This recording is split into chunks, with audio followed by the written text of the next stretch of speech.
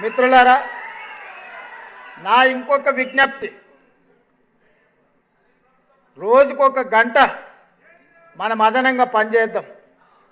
మనం ఏం బిల్లులు పెంచుతలేం, కానీ మన కట్టాల్సిన పన్నులు కొంతమంది కట్టగుట్ట తప్పించుకుంటున్నారు.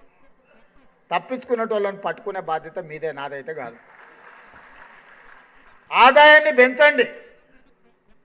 ఆ పెంచిన ఆదాయాన్ని మీ అవసరాలు తీర్చడానికి నేను ఉపయోగిస్తా అని చెప్పి నేను మీకు మాట ఇస్తున్నా. ఈ మధ్యనే మా జిఎస్టీ ఆదాయం పెరిగింది. మా శ్రీనివాసరెడ్డి గారు స్టాంప్స్ అండ్ రిజిస్ట్రేషన్లు కొంత ఆదాయాన్ని పెంచిండు. ఇంకొన్ని శాఖలలో మా ఆదాయం పెరిగింది. ఏది కూడా వృధా చేయకుండా ప్రభుత్వ ప్రతినిధులుగా మీకే వాటిని ఖర్చు పెడుతున్నాం.